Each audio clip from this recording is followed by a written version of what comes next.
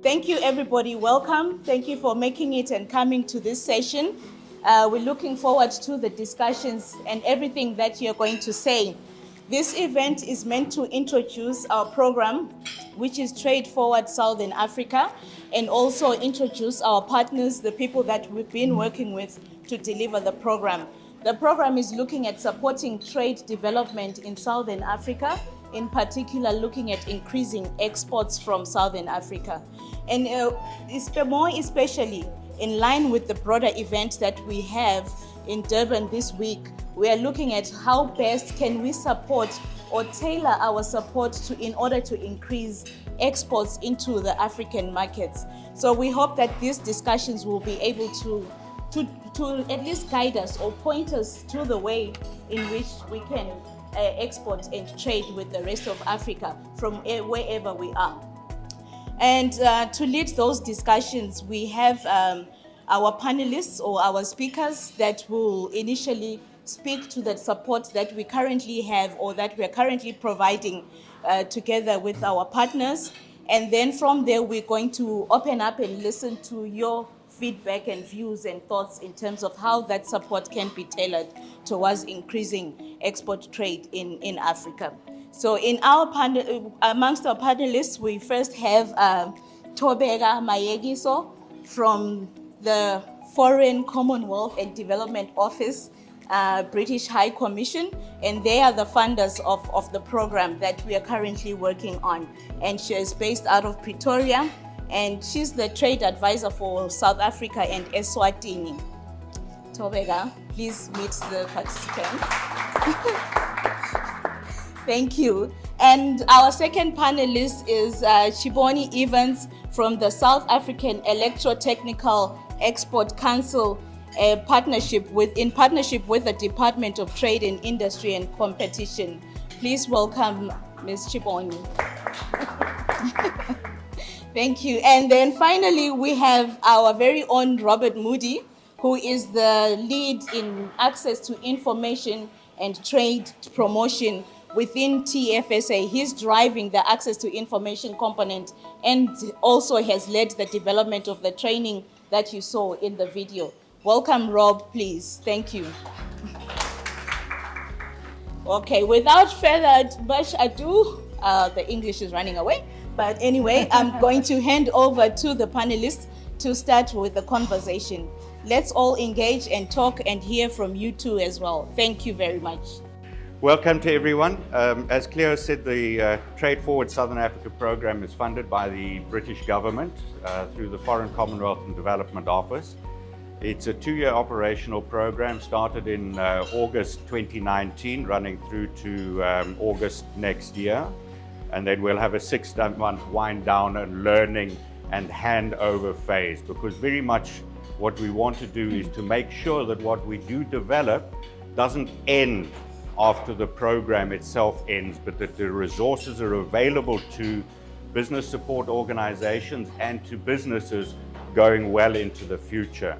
And our target is to develop a group of what we would call knowledge and opportunity centers across the Southern Africa Customs Union and Mozambique region. Now, the logic of that region is the UK signed an economic partnership agreement with the Southern African Customs Union and Mozambique when the UK exited from the European Union. Now, our focus is not to develop trade with the United Kingdom.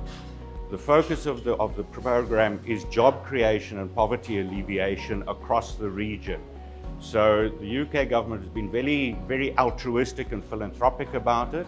It is to support businesses wherever there are good markets. So it doesn't matter where the market is. And to do that, what we've developed under my component is a trade and information hub. Now, it's a virtual hub because we started 1 week before lockdown happened. And we suddenly had to do a pivot and say, we can't do anything physically, we have to do it virtually. Now, there are challenges to that, but the big advantage is that this information and the tools and resources that we've built into the hub will be available digitally very easily to everybody across the region. And I want to stress very importantly, because it's come up time and time again in conversations, what is the charge that you charge for this? Nothing. It's free of charge. The information tools, the resources of the Trade and Information Hub, and the training that we are developing are provided free of charge. As I say, we don't work directly with businesses, although our target audience is businesses, because the reality is it's not government that exports, it's businesses that export. And the intent is to support business support organizations, that is the chambers of commerce and the export agencies across the region. So in South Africa, obviously the provincial investment promotion agencies and the chambers of commerce, and then across the region also investment promotion and export promotion agencies like BITC in Botswana, APEX in Mozambique, Namibia Investment and Promotion Board across the region. That is the target audience through whom businesses can get support. Now, our intention is not to try to be better than anybody else. It's purely to support the export agencies and the business chambers in their role of export promotion. The program has, besides the access to information, trade and information hub, we have a very, very strong focus on supporting women in trade. You'll have seen on the videos that you saw, women make up at least 33% of the workforce involved in export. So they play a very, very significant role. And more women-owned businesses. We have a group of women here who own their own businesses are starting to export, and that is a very, very strong focus on us. One of the first barriers that we find exporters have is getting access to information. First of all, what markets should we be targeting? Not something that is randomly chosen because you've visited a country or you have a relative in a country. That's not the way to target an export market. So we've drawn in global benchmark best tools that are available, but are strangely enough not very well known. The International Trade Center has a suite of absolutely incredible tools. They're linked in our in the hub to identify statistically from global trade statistics what are the best markets for your particular product, not just for the country. A country's market is not necessarily the best market for your product. And it drills down to the very detailed at HS 12-digit level. What tariff code is your product? You can use the tools to identify where the best markets are. That's the number one challenge, is to identify what are the markets that you should be targeting. Once you've targeted that market, you feel that it's the right market, how do you identify what the customs duties are that will be applicable to your product going into that market? What are the rules, the massive rules and regulations that you have to comply with in getting a product into a market? Those tools are embedded in the website. We've brought in, there's an EU access to markets website that identifies for the EU what are the customs duties, what are the taxes, is your product going to be taxed with VAT on crossing the border, and then also all the phytosanitary health standards and so on. Those rules are linked there for your specific product as opposed to products in general. This is key information. Now, the tools also provide you probably one of the biggest challenges that companies have and want to pick up straight away is, where do I find potential buyers for my product? It comes up again and again and again. How do I identify buyers? And the tools provide you with access to the Compass database for each different country. They're there for your particular product. You can identify them. If you go onto our hub, we've been doing webinars since we started up, explaining how you use these tools and going through the process of where you identify this information and where you can actually get the contact details of these buyers in the different countries. Now, it varies from country to country. If you're targeting Europe, they're very good. If you're targeting America, very good. The ITC tools are very focused on global markets. The UK ones, obviously the UK, and the EU ones on the EU. But the ITC tools will give you access to information, particularly for the context that we're talking about here in Durban at the moment, is trade with Africa. And particularly, getting information on trade rules, customs duties across this continent is a major challenge. These tools provide you that facility. Now we're also started up, we have two ladies here who've already been part of the Future Females cohort of trainees, and they've already said how wonderful the training is, because particularly startup companies do not know even where to start. And the training provides you a very simple, it's not highly academic, it's not university grade kind of stuff. It's simple, practical, business-oriented discussion of what you need to do. And we're evolving another roughly 20 modules that go deeper and deeper into what the skills and things are that you need to be absorbing in order to export successfully globally, regardless of the market. That's the Trade and Information Hub. The program is very focused on supporting women. Once you have the information about what you need to comply with, it's another step to actually get your business in a state where you can comply, because there are all sorts of certificates that you have to have when you try to clear your product into a foreign market. So just having the knowledge is not enough. You need support, and businesses need support on how to actually comply with those rules and regulations. And we can't help everybody across every product category, unfortunately, certainly not across 6 countries. So we've focused on particular value chains across the region, identifying where each country has strengths that could be supported for export, and particularly categories of product where women tend to predominate in the workforce and in the business ownership of businesses. So across cosmetics, natural ingredients, food products, aquaculture. It was also in South Africa alone, the green tech industry, and then fruits, nuts and vegetables in different countries.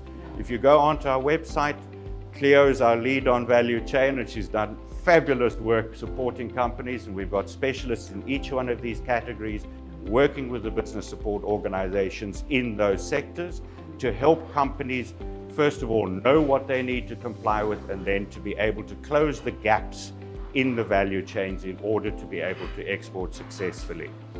The training element is an element that has had a bit of a shift.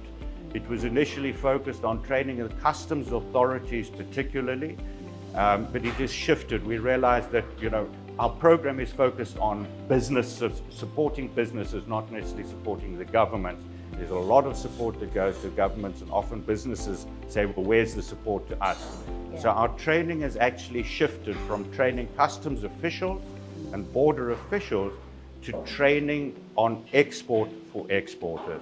Yeah. So the information is there.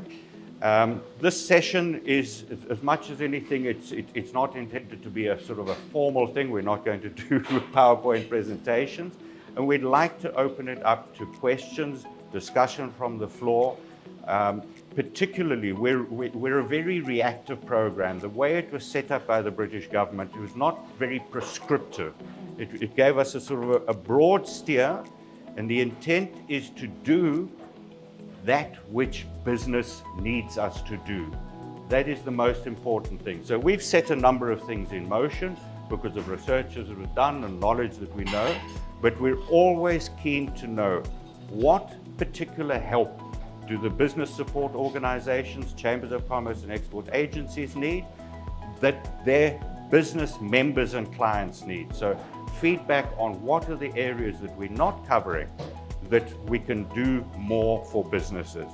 And those of you from Chambers of Commerce business support organizations will have received a call for proposals.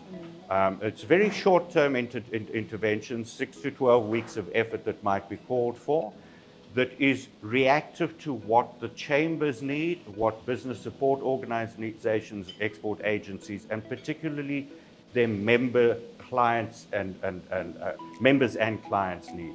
So as these things come up, we're keen to hear and receive proposals. Now, it's short-term stuff, you know, it may be something like you need to do global gap training to help producers meet the standards on global gap. It might be on HACCP, it might be on even something as simple as identifying what is the correct HS code to classify a product.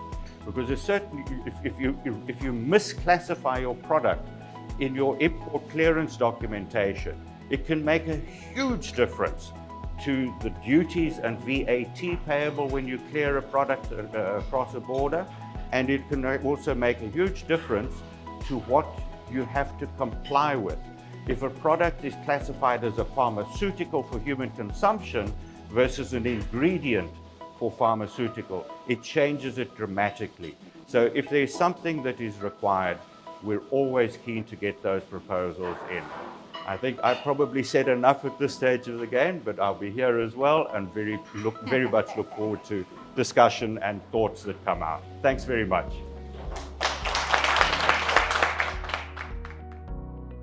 People in the room, my name is Chiboni Evans. I represent an organization called the South African Electrotechnical Export Council, which is a public-private partnership between the Department of Trade and Industry and the private sector in the electrotechnical space, which covers electrical engineering, which is the energy side, ICT, telecommunications, and electronics. I also, for the last 2 years, headed up the Export Council Forum. So I'm quite familiar with the export councils that sit within the Department of Trade and Industry. Since last year, I think it was, I joined I was nominated onto the TFSA initiative, and with a colleague from the DTIC, Luke Govender, who unfortunately wasn't able to be with us today. So Luke chairs the South African National Steering Committee of TFSA, and I'm the deputy chair. So for my sins and for my big mouth, Luke has asked that I sit in today. And he sends his apologies but he is, I think, listening in. We do have an audience that are also listening in via Zoom. We invited them in, so a number of our export councils are actually also listening in via Zoom. So when we had our last NSC meeting, I think 2 or 3 weeks ago, we were discussing the program and the fact that there are a number of agencies out there whose members or constituencies will benefit from this program, but they don't really know what we're doing. So, and then obviously we're talking about the Intra-Africa Trade Fair, and we're all going to be here. And we said, well, you know, the breakfast in the pavilions is normally not very great, and people won't have good breakfast at the B&Bs. So why don't we have a breakfast networking session with the various agencies and just let them know what it is that the British government is doing with this particular initiative, because it's quite it's you know, if you heard what Rob has said, and I would dare say all the PIPPers and export councils here and other people here didn't realize that this work is being done for South African exporters. And it's critical work that I think a lot of your members or companies within your provinces will be asking for certain levels of support. And what typically happens is that we then go out and we'll put money behind something, whereas an initiative already exists. So maybe say in the Eastern Cape, there are people who wanting to know how the HS codes, the markets to go into, and so on and so forth. And you go and allocate a budget towards doing some research around that. Meanwhile, that information is sitting in a portal that the British government have funded for us to and our SMEs and larger companies actually to access. So I think one of the things that we'll do actually as a follow-up as well is to just maybe, for the principals of these institutions, just take them through the actual portal so that they can see what's there. And then when you're explaining, because you can't sell or you can't promote to people what you don't know yourself. So I think it's important that all our PIPPers actually do see what's actually on that portal and how it works, so that they can then send it or sell it to their various members.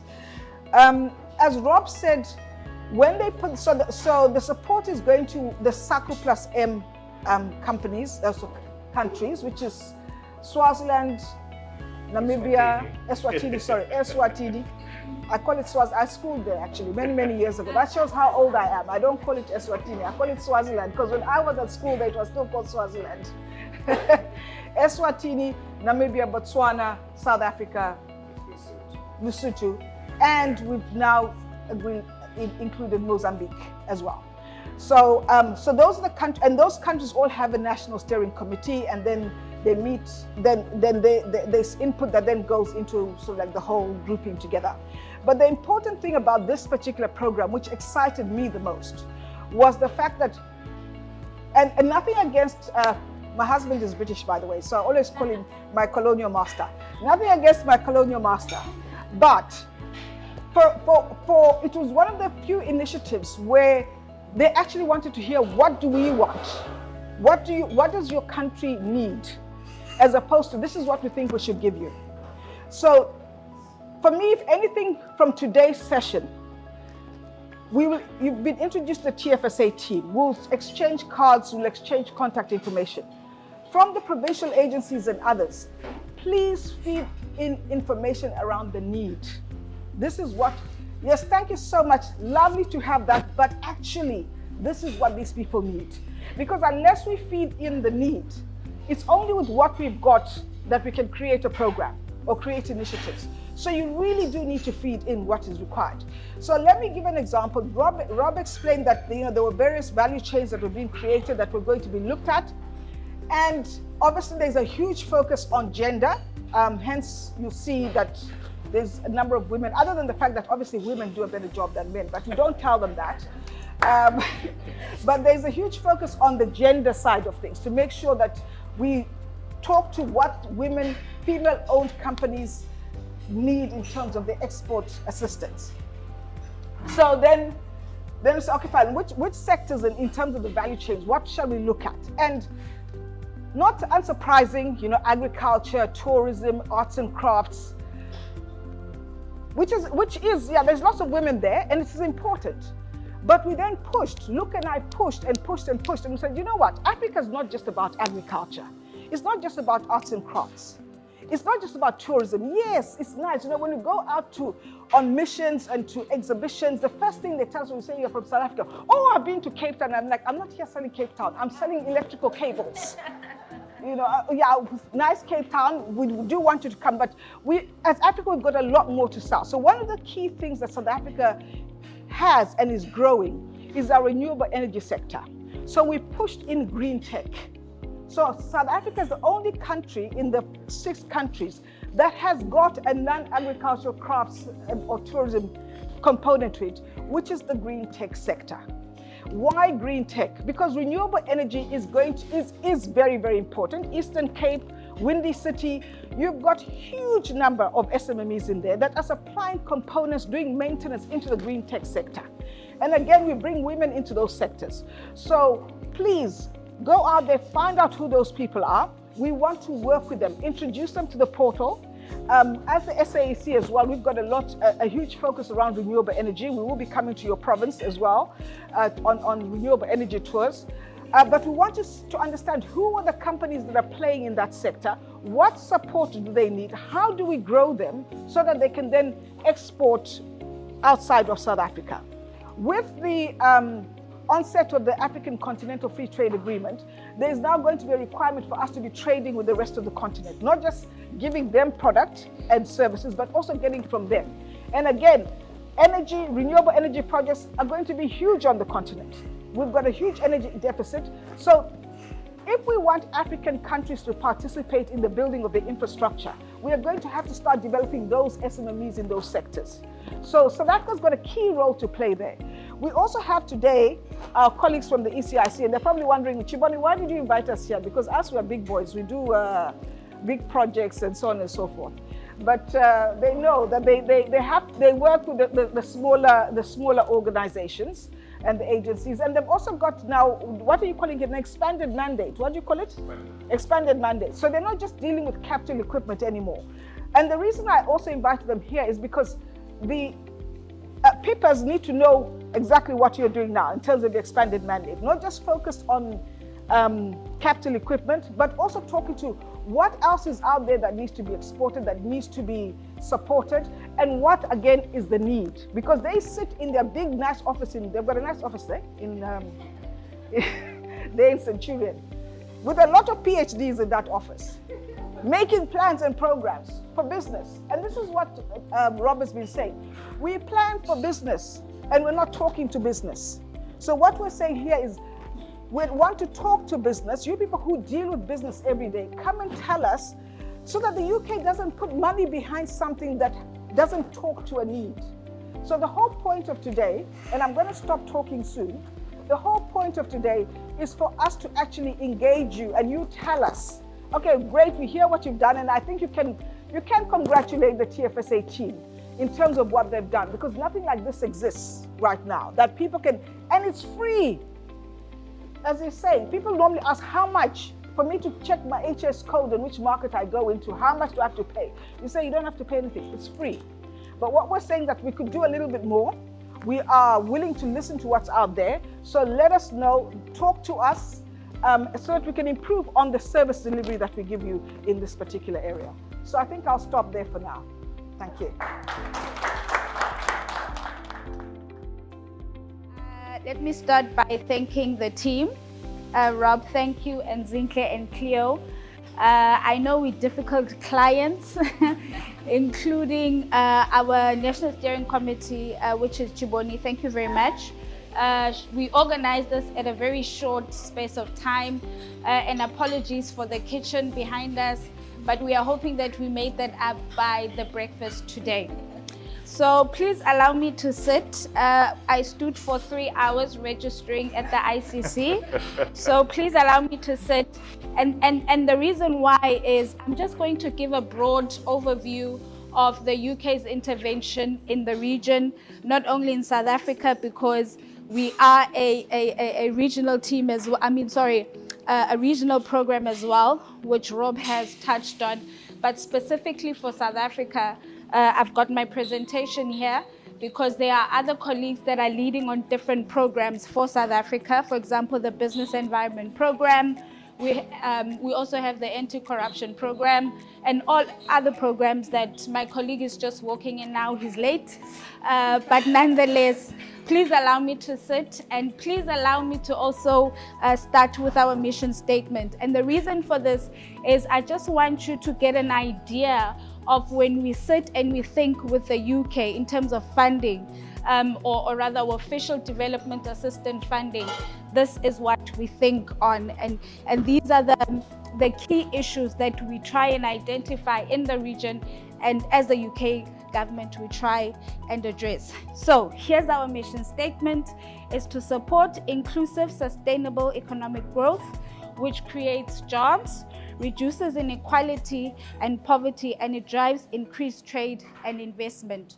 So if at any point our interventions are not speaking to this mission statement, I think you as our partners, or you as clients to the BSOs, or you as our partners from government to government, these are government officials, have every right to come back to us and say, but this intervention is not speaking to any of this mission statement. I think Rob has already touched on the Trade Forward Southern Africa program, but I think also just to broaden up the work that we do at the or rather the UK government in South Africa and in the region is, of course, to address non-tariff barriers, and particularly to support exporters through a broad range of technical assistance and building initiatives. And I think on TFSA, I won't go into it, but in terms of the support that we also give through customs training, is we've worked with the Southern African Customs Union Secretariat in supporting in customs modernization program. And we also are currently running or implementing the Business Environment Program in South Africa that is mostly targeting policy reforms and regulatory development and the private sector as well. So that's just a broad overview of our interventions in South Africa and in the region as well. But I think specifically what we're here for is Trade Forward Southern Africa, as it will focus on South Africa and not necessarily the region as a whole. So yeah, thank you.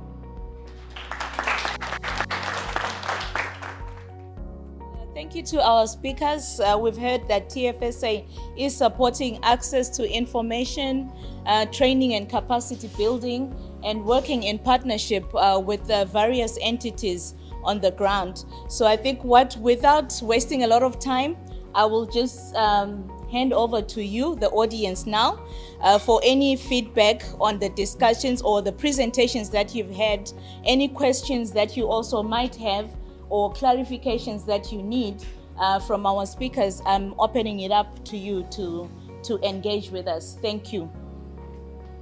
Is there anyone who would like to go first? Hi, my name is Leah and I'm from SEDA, Small Enterprise Development Agency. I was a little disappointed that Mr. Moody did not mention SEDA when he was talking about the export agencies. You actually put everything that I would usually present. I am an export development specialist, and I'm also the project manager for the She Trades program in South Africa. So a lot of alarms went off in your discussions, and I would really love to have a partnership. I've got DSPD here, the acting director at the Department of Small Business Development, and we would like to look at synergies on how we can work together as an export development area, and also specifically the women in trade area with the She Trades program. So thank you, and looking forward to a very collaborative session with the organization. We try as much as possible to drive women to join up the She Trades platform, because it's a fabulous initiative. And our approach is not to reinvent the wheel. We felt there's no point us trying to develop something that might come anywhere near She Trades. It's just not possible. The She Trades platform, for any of the women, really strongly encourage you to join the She Trades platform, and particularly to make contact with SEDA about that. We'd love to see She Trades platforms in each of the regional countries as well. I believe there's a bit of an initiative going forward with Botswana. As a first initiative, we actually have 8 women who are participating in at the Intra-Africa Trade Fair. So you're more than welcome to come and have a look. We're at M8, tent M8. So that is our first step that we've done for access to market opportunities. Fabulous. Yeah, I took a walk around yesterday. Some lovely companies and lovely products there. Good morning, everyone. My name is Asisipo Fihlani from the Eastern Cape Development Corporation under the Trade Promotion Unit. When Shiboni was speaking, what came into mind that we struggle at the Eastern Cape, we've got a few established exporters and a large vast of SMMEs that are in the process of developing to be exporters. And what we've come across is that they really struggle with route to market registration processes into those countries that we expose them to. So you might find out that they go to this market, but then when they get there, they've got, it's a stumbling block for them to register their products and for those products to be able to actually to be exported into that market. So that is one area that I would like to highlight that we struggle with SMMEs in the Eastern Cape. Thank you. Good morning, everyone. I am Linda Lubengu from the Eastern Cape Development Corporation. Another area that I see is a challenge for SMMEs is access to information. So I think the idea of having that portal and making sure that they are aware of it in some way, it would be very much better for us. So I would like us to engage so that we can see how we make the SMMEs aware that there is such a portal, and it is important for them to access information through it. We have had a few engagements with TFSA already, and I think we are having a meeting tomorrow to further that discussion. So thank you so much. And the access to information has become so glaring during the COVID-19 era, because one, they have no capabilities to even use these digital platforms. So that's another area that we would want to discuss with you to see how we can maybe assist to develop their skills to be able to make use of the digital platforms, even the social media platforms, to make them work for them, to be able to use them to their benefit to promote and market their products. So thank you so much. And yes, we are due to have a meeting with you to plan the way forward on how to support the Eastern Cape businesses. Anybody else with comments, questions, suggestions? Hi, good morning. My name is Kainsile. We are Moringa farmers in KwaZulu-Natal, North Coast, Richards Bay. When he was presenting the incubation, the training, we just want to find out if it is still available for us to participate, or you have maybe set time when you are doing your intake for the incubation for the hub, for the training for new starters, SMMEs. I'll let Rob answer that. Did you hear, Rob? Is there any upcoming training for new businesses that want to also attend the training, like the Future Females training, isn't it? That we will be doing, where they would like to participate. Do we have anything that's upcoming? Thanks very much. We partnered with Future Females for this, to pilot this training. When you develop something, you never know how well it's going to go across and so on. So we thought we'd pilot it with Future Females. Now, Future Females starts at a lower, how can I put it? They're further down the business chain. So it's for entrepreneurs starting up, developing their businesses. The export training is for businesses that have matured to a level where they're starting to think about export. And you don't, for that aspect, you don't have to be part of a Future Females cohort, or you don't have to be a member of a chamber or anything. All you do is you can go online to the hub, and you go to the TFSA export training, and you'll see there that you can self-register. So that aspect of it, no problem. It's available and accessible free of charge, very simply, to anybody, whether you in Mozambique, South Africa, Eswatini, KwaZulu-Natal, Mpumalanga, wherever. That is freely available. The Future Females training is more like sort of business incubation training, a little bit like the CEDA work. So I would strongly suggest that you join the Future Females. You can sign up with them. I'm not exactly sure how the Future Females process works. I think they have an annual membership fee. And sometimes they charge, but this training that is done at the moment, with the business incubation training, that was sponsored also by the UK through the UK Tech Hub system, and then the add-on of the export side of it.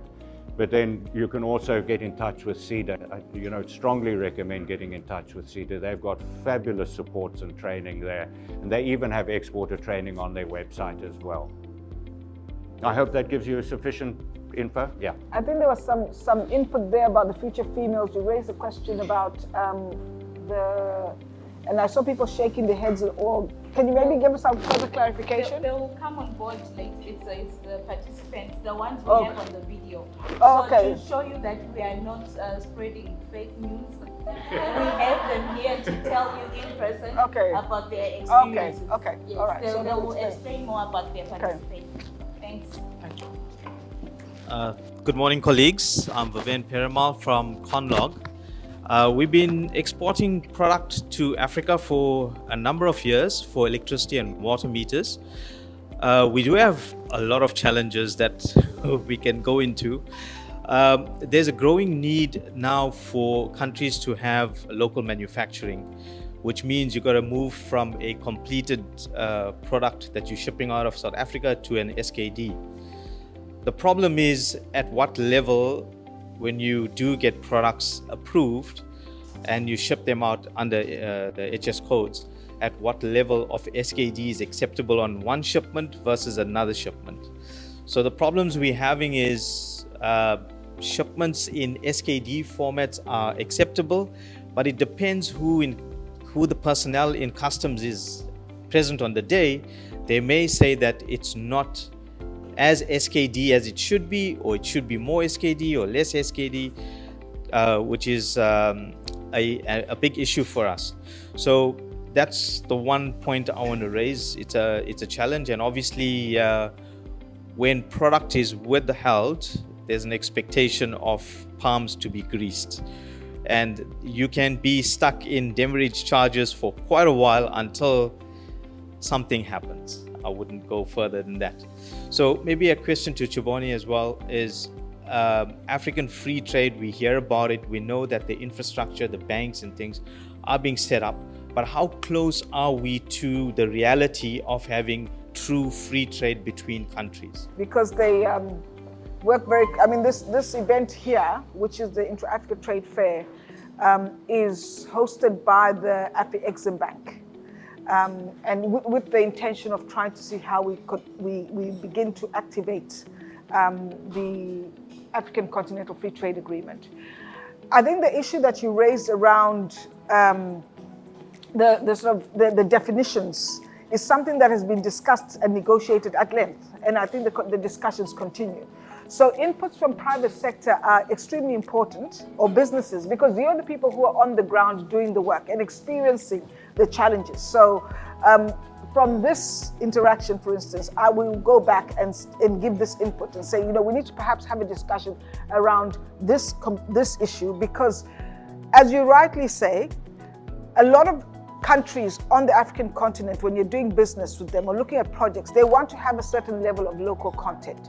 And the nice thing about this particular project is that, as we're saying, it's the TFSA looking at the SACU plus M countries, but they're looking at not just us exporting product into the EU or the UK, but how do we export our product into the rest of Africa as well. That is a key component. So just because it's funded by the Brits doesn't mean that they're preparing us for export into Britain. They're preparing us for export of products, full stop. As much as you can export, the better. And given the African Continental Free Trade Agreement, exporting into Africa is critically important. But the issues you raise are very, very important issues, because especially for SMMEs, when the minute an SMME hits that sort of problem, you could put them out of business. They can't, they've got this huge contract now to supply, for instance, a project in Zambia.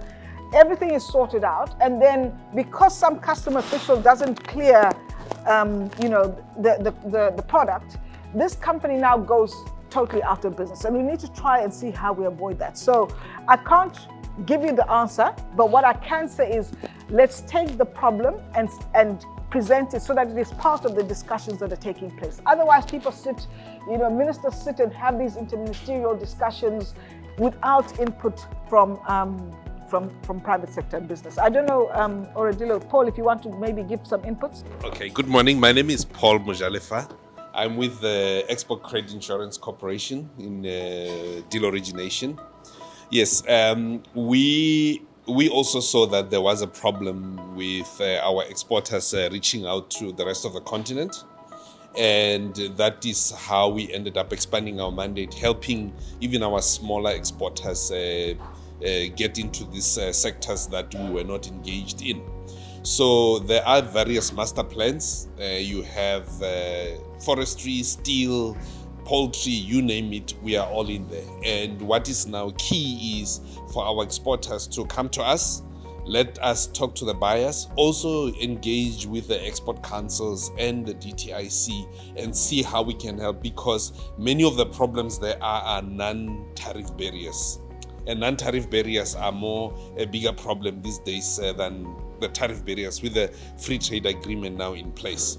So if ever there are issues, come and talk to us, see how we can help you. If not, direct you to the right parties. But it shouldn't be a hindrance when you now have orders for exports. Come and talk to us, see how we can help you. Maybe we should have a conversation, because it's perhaps an area that we can apply some particular the drawdown facility to, because it won't only be Conlog. I know Conlog, you've been doing a lot of good work over the years, and it won't only be you experiencing that problem. Now, sometimes in the customs tariff classifications, they do make a difference between something that is, fully, the complete unit and SKD. But there's a difference between the HS classification for customs clearance and what is local content requirements in local legislation. Chiboni will know a lot about that because in South Africa there's local content requirement as well. So, there may be, customs classification and tarification can be a very, very complex thing. There have been lawsuits, involving hundreds of millions of dollars because of a difference in how a classification affects a tariff. So it may be that rather than trying to put through something as a CKD in the descriptions, you send it, the separate pieces, actually even in separate consignments if you can, as separate products. So, you've got the switch, you've got the housing, rather than putting them in the same container, because the perception is that you're trying to kind of dodge the bullet, if I can put it that way. Whereas if you're exporting a container load of casings, that is casings. It can't be anything else, so you kind of avoid that. But I'll put my hands up and say, I'm not a customs specialist at all. It really is customs specialist area. But I would say if we have a conversation with Chiboni and yourselves, because it will affect other exporters going into projects, particularly capital projects across the region, the continent. And it may be something that we could apply a bit of drawdown facility to give a guidance, even if it doesn't give you a specific solution for the codes that you should be using, but guidance on how to go about it. And in business, there are always a number of different channels, avenues, strategies and plans that you can adopt. And it may be that you break it up into separate consignments as well, because if they're in one container and they say, you're trying a fudge here, whereas if it's going in separate shipments, it's clear this is a component, that is a component, that is a component with that, and generally components will have a lower tariff applied to them than a complete unit, which then that should mirror the needs for the local content requirement, because the local content requirement is usually a tendering requirement as opposed to a customs classification issue. But I think maybe it's a conversation worth continuing. Thanks. Yeah, definitely it's worth having a follow-up conversation on that, because we have the exercise where we are mapping out the opportunities and risks of the African markets, and we are looking to use that as a way of maybe helping South African businesses better target for the renewable energy sector in terms. So it will be good to engage further and hear your thoughts and what the opportunities and risks are in that particular market. Thanks. Anybody else with comments or questions? Good morning, everyone. Mr. Rob, Ms. Tobeka, Ms. Chiboni, I just want clarity on a few things. We go to Africa to go and look for jobs and trade. But once we have an inquiry or a tender, then you tender with those countries. Then let's say you get awarded. The next step is that they need performance bond in their currency or in the US dollar. I'm sitting in Mamelodi. This tender tells me now I must put a performance bond in USD. The language is Portuguese. Then I'm sitting, I really don't know where to start, where to go. How are you supporting the SMEs in terms of that? We don't have a facility that provides finance in any way at all. It's a cooperation program, so we provide access to information, technical support that way. I'd suggest it's the kind of thing that you would talk to ECDC about in particular. I think they're the people to help you on something like that. That is something I'm sure you come across frequently. There are two aspects to that. One is the financial aspect of putting up the money for a performance bond in a foreign currency. It's the having the funds in order to put the money down in the first place. And CGIC would be able to help underwriting the political risks involved in that. But there's also a currency issue. You put a bond down in $100,000 now, well, theoretically, when you get paid back, you'll get a lot more rand back, depending on the currency fluctuation. But I think, you see, Credit Guarantee Insurance Corporation, I think you do underwrite some of the Forex risks as well, is that right? Or is that purely a banking? We underwrite the bonds. Just the bond? Yes. But the Forex risk of the bond as well? Or? I think, Steve, maybe to respond, you know, I really do feel for SMMEs, and your question is something that, you know, it should be for, you know, discussions such as these, where you're saying, I'm a SMME, I've got the contract. So it's hard enough to get the contract. So you manage to get the contract in the foreign country. And I've actually got the money to put behind the bond. So that's not the issue. The issue here is that, as you say, I'm sitting here, and we all, you know, we've got these wonderful ideas. We want to make sure we have women-owned businesses. We want to have black-owned businesses. We want people from previously disadvantaged backgrounds. All these wonderful things that we want to do. And you've covered all of those things. But then you've got a contract in a country that is saying, thank you very much. Bond is wonderful, but can you please have it in Portuguese? And then you're saying, where do I go to get this help? And DTIC do have, you know, we've got foreign economic representatives in different countries, so somehow we should be able to perhaps ask them to also assist. And some of these things actually also get to a point where you do have to have this governmental discussion as well. It's beyond business now, because when you're saying we've got everything, because now if we're trying to promote intra-Africa trade, and then I get a Mozambican or an Angolan who has a project in South Africa, and I'm saying, thank you very much, but hey, this document you've given me that's in Portuguese, you need to translate it into English, or you need to translate it, in fact, translate it into Zulu before we actually even start talking here. You know, it's hindering trade. So we need to overcome some of these barriers, but I think those are issues that are soft issues that are not really business issues, that we need to make sure the principals are aware of, so that when they're sitting and having these wonderful state dinners, they talk to each other and say, you know, this business of asking for in your language, it's not working. Because you know what, the Chinese guys are bringing that stuff in with Sanskrit. What's that script they've got? The bonds are in that language, Mandarin, and we're accepting those bonds.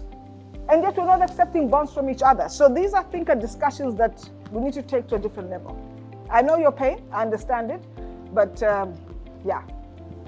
That to the trade advisor, Tobe. We'll leave that in the hands of our lovely Tobeka. Maybe they can help us with the government-to-government interactions and address that aspect. Are there any questions? Then maybe we can move to the next session. Yeah, just before we move to the next session, I think I wanted to add on what Shiboni and Vivian were saying. Actually, what Vivian was saying, his question was, when are we actually realizing this Africa Free Trade Agreement? Issues that are raised by Steve on, you know, languages. These are the real issues now that we need to say when we're having, you know, our meeting with AfriExim, who are the organizers of Africa Trade, and the AU Secretariat on AFTA. These are the issues that we need to speak. Why people across the sea, they're in Asia, in China, when they have their documents written in Mandarin, there are no problem, we translate, but just next door here in Mozambique, we can't do that. Those are issues where that needs to be, you know, to be addressed towards the vision of realizing the full steam of the Africa Free Trade. And it's all upon us, especially us who are sitting in, you know, meetings with the states or who are in organization of state-owned organizations, where we need to send out these messages. These are the frustration of the trade liberalization of tariffs and everything. These are things that need to get into full steam so that we realize that Africa Free Trade, you know, the real Africa Free Trade Agreement, where you can go to Togo with no problems and anything. If they order from Mamelodi and goes to Togo, it just goes seamlessly. Yeah. So we have, all of us here have that duty to have this input with that. Africa Free Trade is for all of us, not for those who are sitting there. We appointed them to sit there. Yeah. Let's send those messages.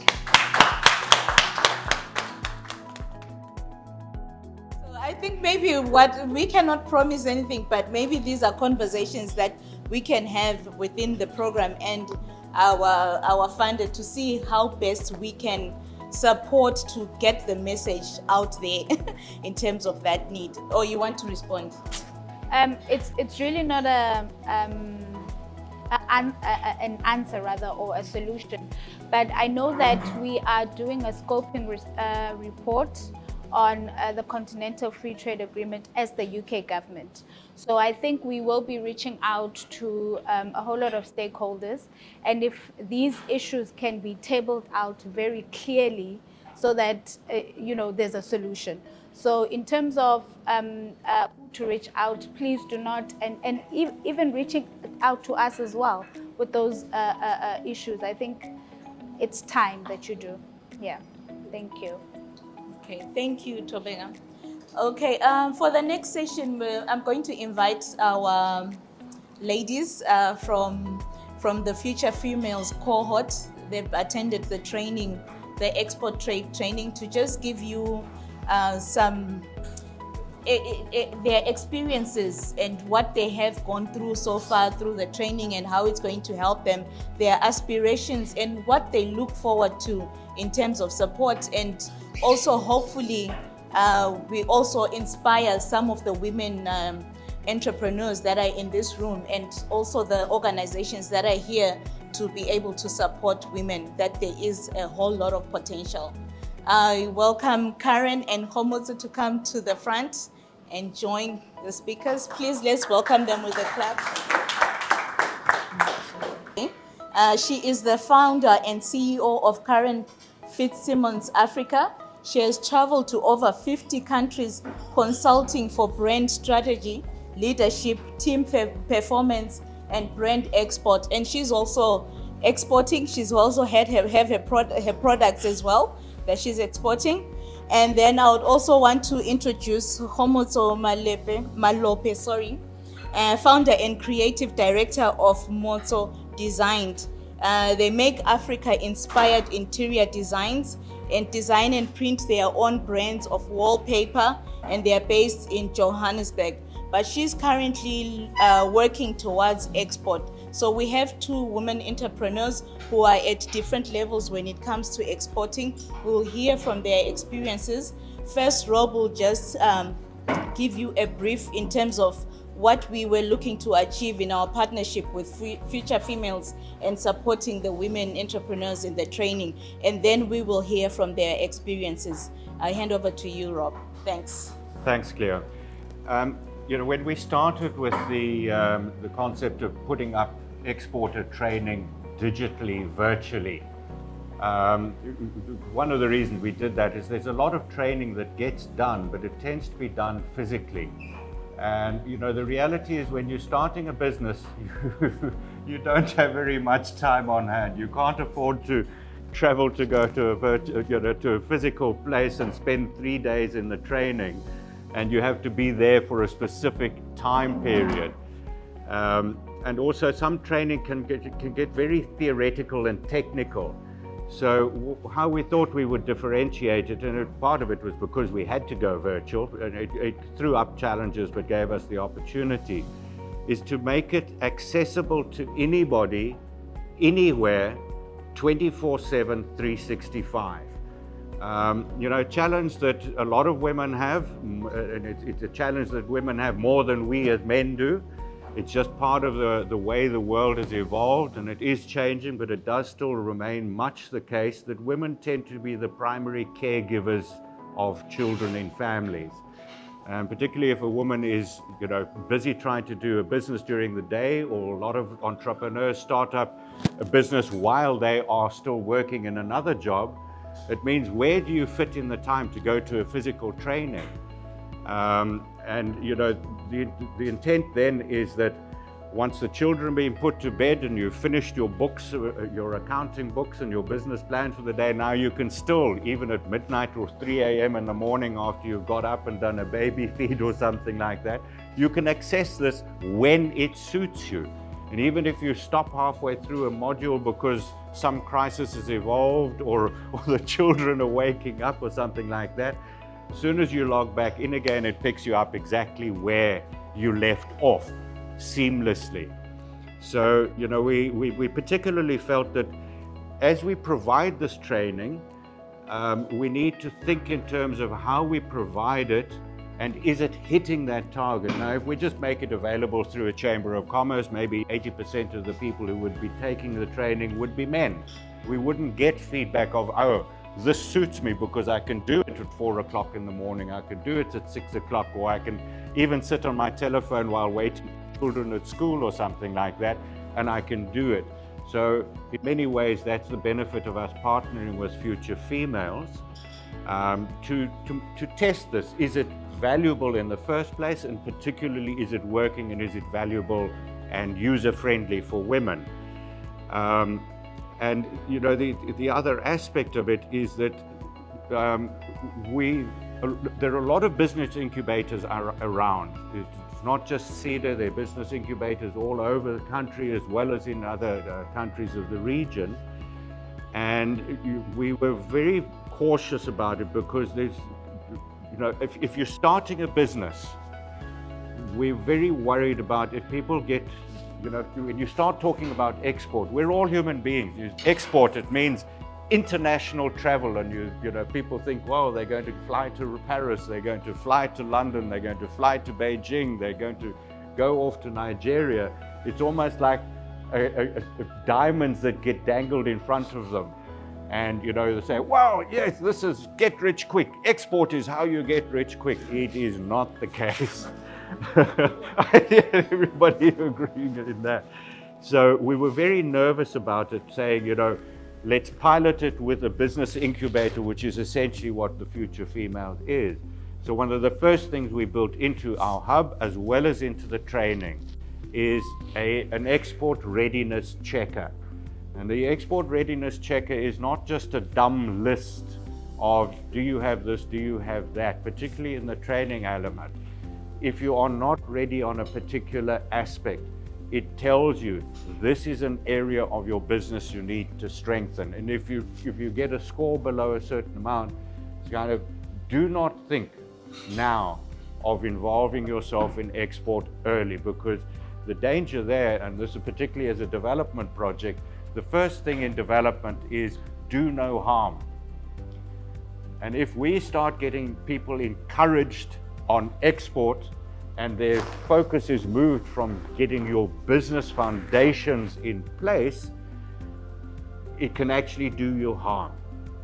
That if you get distracted from the massive work that is involved in setting up a business, and you start thinking to export and going with a business delegation or a government mission overseas, that's the wrong thing to be doing when you're still starting your business.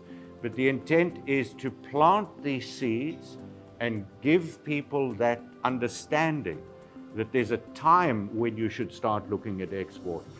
But it's also very important, if you are developing a product that could be exportable, the earlier you start building that into your business plans and start developing an export plan, the better.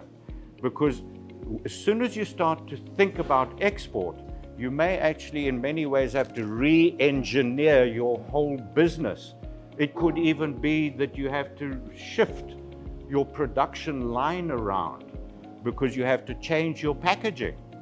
So the earlier you start thinking about the possibilities of export, you're doing it conjunction, but not getting distracted from the fundamental of starting up your business. And that's largely why we went into this arrangement with Future Females, to cover all of those bases. Is it suitable for export? Are we hitting the right mark? Is it something that works for women particularly? And is it also something that businesses in business incubators can use? Now, the first 7 modules we put up are sort of foundational modules. And then we will be building another 15 to 20 that go deeper and deeper and deeper into the particular needs that a business has and the skills that are needed for exporting. With that, I know I can get loquacious, so I will shut up now and hand over to the ladies again. Maybe we'll I'll defer. start with it. Yeah, we'll Okay. defer to age, and I can say that myself. No, you don't know that. If you don't mind, I'm going to stand up because I speak quite loud because I know that earlier on it was a little difficult, but it is the age that stopped the hearing. As a woman in business, and I don't think it's just a woman thing, but if you had to look at the three biggest difficulties into actual export, it would be access to knowledge, for me, access to market, and access to finance. And if I'm looking at this program that we have been put on, or that I fortuitously found myself on, it certainly addresses very much the access to knowledge, and through the portal, I'm hoping the access to market. This man that was offering finance ran away, so I'm not sure if I could find him, but the access to finance is clearly a very big inhibiting factor. Yes, for everybody in business, but more so for women in business. Men love to sell to women in business. They don't always like to buy from women in business. It's fine, we'll create products that we can sell for women, but we're not sure if we'd like to engage very seriously in a business that is run or designed by women. Yes, it is a patriarchal society. It's not just an African phenomenon. It is a worldwide phenomenon, but it is more so on the African continent. It is very entrenched.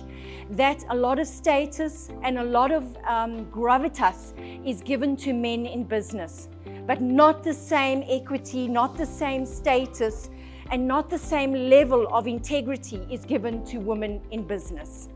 So by having a program like we've gone on with Trade Forward Southern Africa, it gives you a level of competency that you can begin to speak the right terminology. You understand the relevance of certain, or not certain, but certainly most of the concepts that you need to have involved in export. I've been importing. I've imported for many, many years. It's very easy to import. As long as you make sure who you're importing from has the correct trade tariffs, it's the kind of product you want. They've gone to all the trouble of obviously making sure their product is right for export to your market. But exporting is an entirely different kettle of fish. And I was discussing with my head of operations yesterday. We've got a fair-sized operation in South Africa. And then people say, oh, but why don't you export? You can go to Europe, you can go to the USA, you can go to wherever you want. But no, we want to export into Africa because the time has come for Africa to stop being the stepsister, stepbrother, orphaned cousin of the world. And unless we start to engage in trade with ourselves, we will always be at the mercy of knowledge, finance, market acquisitions, of big multinationals and other developed countries. So the time, we can't talk about it. We actually have to start moving now. And with trade programs that are offered by the program that I'm currently on, I cannot recommend it highly enough. Because you don't want to go to an international meeting, you don't want to go to a meeting where people are of a certain standard and they think, firstly, you're a woman, secondly, you're from Africa. So already, I was saying yesterday, it has its advantage and it has its disadvantage. The advantage is they drop their guards, they don't negotiate as hard because they think, she's from Africa, she's a woman. Okay, so they drop the guard. But the second thing, so you can negotiate a bit smarter because they're not expecting anything. Look, I'm generalizing, but I want to tell you it's fairly true. Okay, so the next thing is that you then don't want to be seen as this person who doesn't know the terminology, who doesn't know the context, who doesn't know the process. And so when you go on this kind of program, being an expert and importing is not helping. You need to be able to know what are the myths surrounding export, what is the correct process. And to Rob's point of view, it doesn't help that you have a family sitting in Zambia or Kenya or wherever. And for me, it's a little different. You'll notice I'm not quite as tanned, so I don't have as many family members hanging around Africa. But I'm not a British, I'm not American. You know, so I want to tell you a very quick story. I was once in a negotiation in Moscow, and I had to go to the top floor of some very, shall I say, status-driven Russian business. And I was on the top floor, and I had to go into this negotiating room, but I was representing an American company. So the chap let me in, and he had like an earpiece, and he just moved his jacket so I could see the gun. And I thought, oh my dear man, I'm not American, I'm African. You can pull out an AK, I don't mind. So that had no effect on me. However, having said that, I cannot highly recommend enough that everybody that you get in touch with, get them on this program if they are talking export. Because to be serious, exporting as an African person is difficult. Exporting as an African woman is near impossible sometimes. So we spoke about the free trade agreement for Africa. We have to move on it, because if we don't move on it, and I'm asking everybody who has anything to do with any decision maker with regards a free trade agreement for Africa to start moving, because we will at least become an economic force to be reckoned with, not the European Union, not every other kind of trade unions that there are. As Africa, we need to be taken seriously, but it actually starts with us. It actually starts with us. Yes, and it's great that the British government has given us this, because one needs funds to be able to do this, but we need to show the rest of the world that we are actually capable of doing this. And it's regardless of what color you are in Africa. Let's make Africa work. We have a responsibility for ourselves. We have a responsibility to Africa, and we have a responsibility to the future of this continent. We cannot wait till next year, till 18 months or 2 years' time. Take the program, do it now, and get everybody who wants to be on an export program, get them on this program, who wants to be able to know how to do it properly. It's not an international, it's not a university level difficult thing that you have to understand. I want to tell you, I have a son who's doing engineering at university. You know that everything's online. I can highly recommend that they use your program, because they have no idea how to get the knowledge across. I have another son who is 4th year studying law through, a correspondence program. They could take a huge tip. It's exciting, it's enjoyable, it's educational, and it gets the message across. And so that's what I would like to say. Thank you so much for the program. Hi, everyone. I hope you can hear me. I do not speak as loud as Karen, but I will try to raise my voice. Well, I have not started exporting yet. My business is still small. It's a small operation with 4 employees. We design and manufacture our own wallpaper. I think you've seen them on the screen. How I started, I've only been in business for 5 years, so it's still small. And how I started, I was first a medical technologist. I worked for many years. So I look at my life and I decide, what do I want to do? I had small kids. I raised my kids before I started my own business. So I do things step by step. So I didn't go into business. When I had small kids, my kids are now grown, and that gives me the freedom to actually just pursue my own interests. So my business now is my own interest. So, and I don't have small kids to, disturb me. But that being said, starting a business and trying to export requires a lot of time.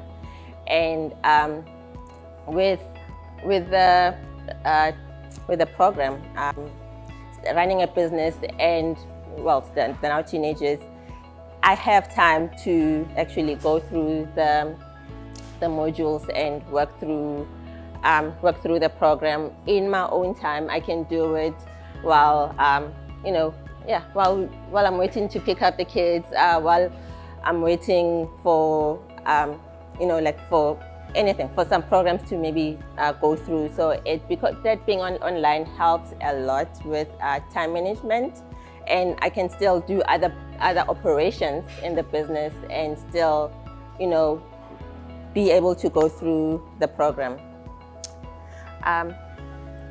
What I find is challenging as a business person is, going through the Future Females program as well, and because it's an entrepreneurial development program, so you go through the program, and they say access to information is the thing that people are finding difficulty with, but it's what do you do with the information once you have it. Sometimes you don't know what you don't know, so going through the program helps to actually realize that there were things that I didn't know that I now know, and what do I do with the information now that I have it.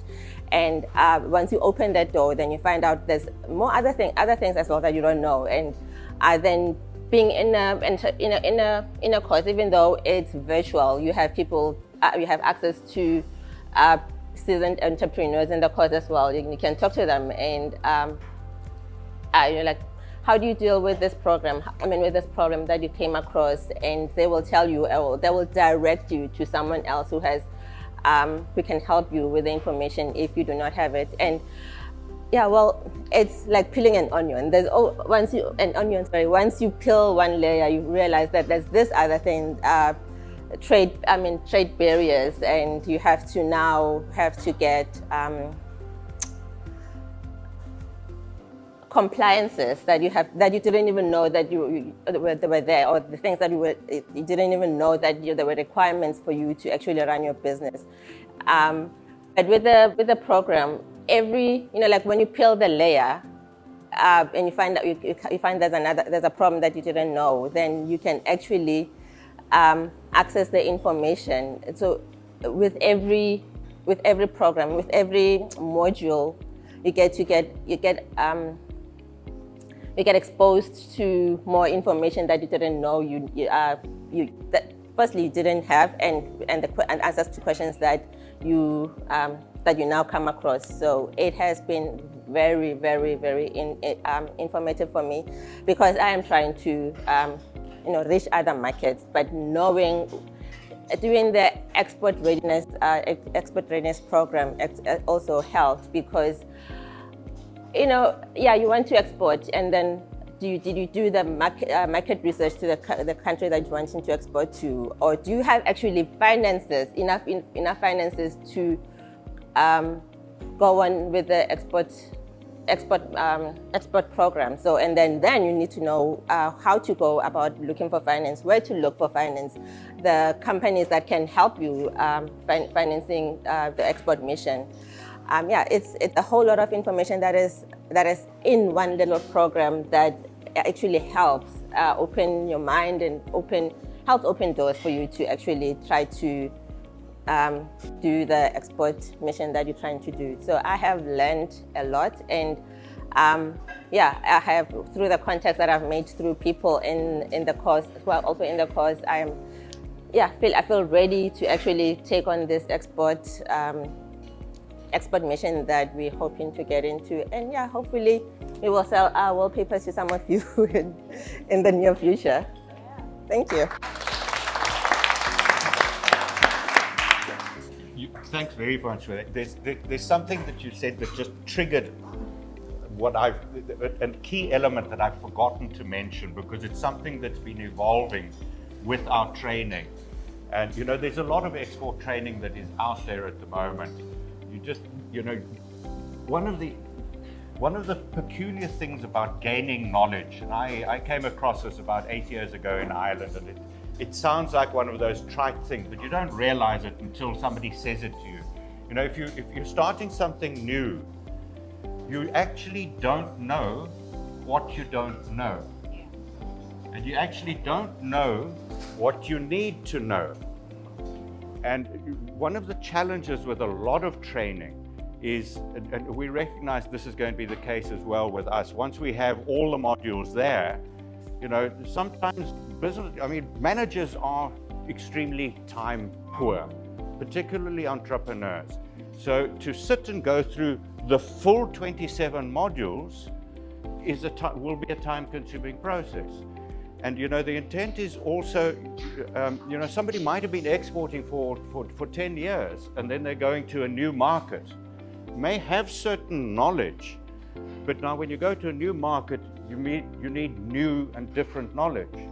So the intent we're working with the International Trade Institute of Southern Africa. They are the leading export training organization in the whole region. And the people we're working with are actually so passionate about it that they work, and the two guys sitting there doing the digital side of it, they work 24/7 sometimes just to get the stuff loaded up for us in time. And Teresa came up with this concept to solve this problem of what do I need to know? Instead of having to do all the training, it's to convert this into what they term a digital trade consultant.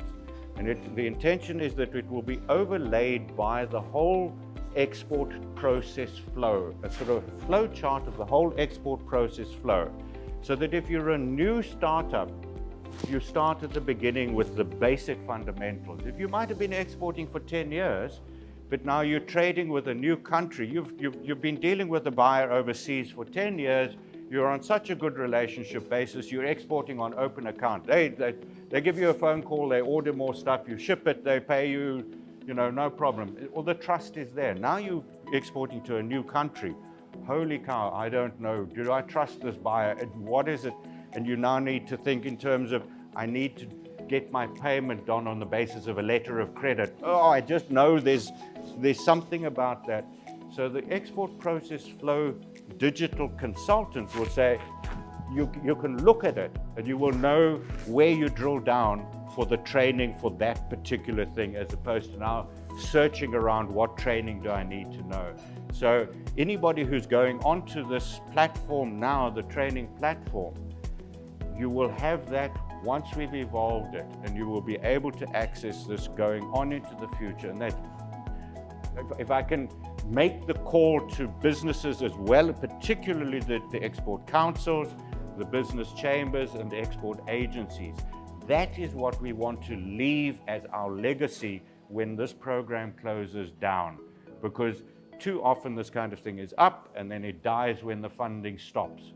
The intention is we're handing this over so that it can continue running, so that even in 5 years' time, when the two ladies are embarking on a new market and they say, okay, well, I didn't need to know this knowledge for that particular market. Now I'm going to a new market. What do I need to know? It may be changing shipping, change in transport, change in payment, and all of that. This digital trade consultant will be there, available, we hope, 50 years into the future. Thank you for reminding me to bring that up. You can talk more with Rob after the session. And I think you'll learn a lot from Rob. He's got a lot of knowledge and he's willing to share it. That's why we love you so much, Rob. But for now, we'll just have to cut you short a little bit. And thank you. I think the key takeaway from the ladies is just for you to get a piece of what we are doing, the type of work we are doing. It's really tailored towards the businesses. And we didn't do it ourselves. We partnered with Future Females. So when we are calling on the export councils, the associations, and all the business support organizations, and saying that we're looking to work with you, we are willing to work with you and develop these innovative ideas of how best to reach your clients, the businesses that you're working with.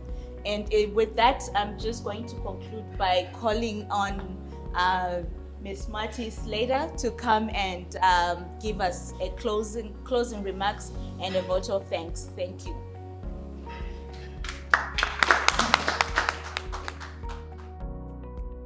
Before I start with the thank yous, I just want to say there was one theme that came across that really reverberated through the room today, and that's a passion for South Africa, a passion for the products we have, a passion for SMMEs, a passion for women in the industry. And I think if we continue talking together, working together, we can really make it work and get the word out there that we're not just South Africa, but that we're South Africa, and that our products are the best, our services are the best, our people are the best, and whatever we can offer stands right there with what the rest of the world can say.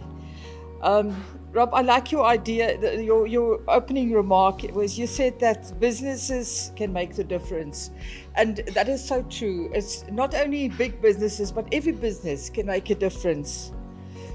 So with that, I'd first like to thank all our participants online. We're so sorry that you couldn't be here with us, but at least you could participate virtually. There was definitely a wonderful feel here together. We're all excited. There's a different feel of being at an exhibition and being at a breakfast together for the first time in a very long time. To Tobeka, thank you very much for the Foreign Commonwealth and Development Office for sponsoring this morning to make it possible for us to be here. And of course then there was the Trade Forward team, Cleo and Rob and Zanile. When we started planning this last week, somebody created for us a WhatsApp group, called it Living Wild and Dangerously. And this is exactly what it's been and how we've got to take it forward, living wild and living dangerously, and we will get the work done.